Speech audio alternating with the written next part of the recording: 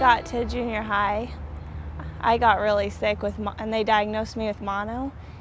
And I don't know, I was just really knocked down by that for a really long time. I went to school for like a month, I think, and then I had a withdrawal. And then I was on homebound for months after, and I ended up dropping out of the homebound because I couldn't even do school at my own house. I just had to be in bed. I was so sick. It was so frustrating. I just wanted to know. I didn't care if it was cancer or what it was. I just wanted to know what was wrong so that I could be like, okay, I really am sick. There really is something going on and we can actually treat it. It was 8th grade I got diagnosed with mono. In 9th grade, I had my appendix taken out. And after that, I just went downhill so fast. Like a month later, I was just feeling even sicker and sicker, and my stomach aches were getting worse. And then 10th grade, I had my gallbladder taken out because it stopped working. And that summer, I was diagnosed with Crohn's disease. And that fall, I was in the ER probably 4 times within a week.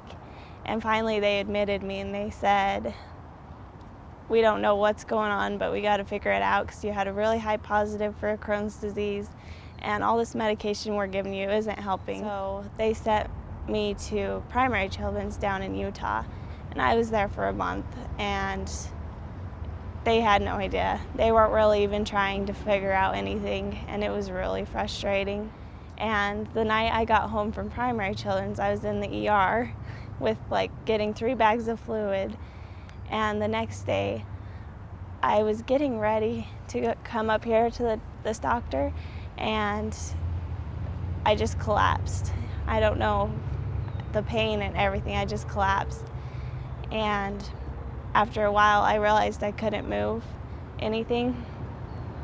And my mom freaked out, and my dad carried me to the car, and she was driving, and I asked her where we were going. And she said she didn't know. She just was going to try and figure out where to go while we were driving. So she started headed towards the hospital, and then I just blacked out, and I don't remember driving up here, but we drove up here.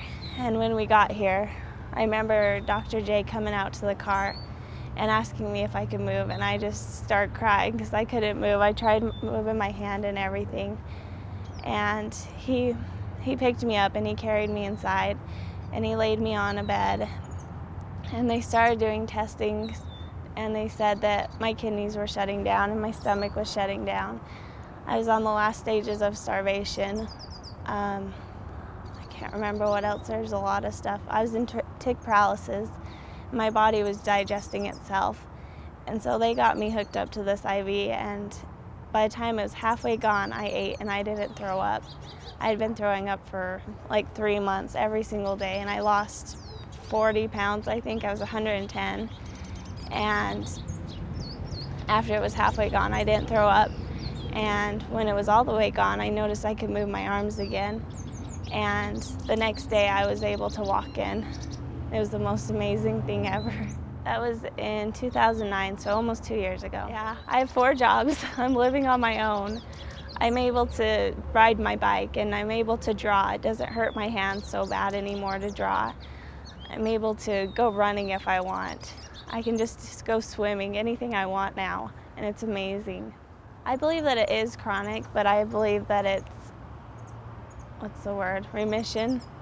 That you're in remission? Yeah, and as long as I take care of myself, I'm gonna be fine. I've never felt this good that I remember, because I was 2 when I was bitten. And so I don't remember how I felt before, but this is the best I've ever felt.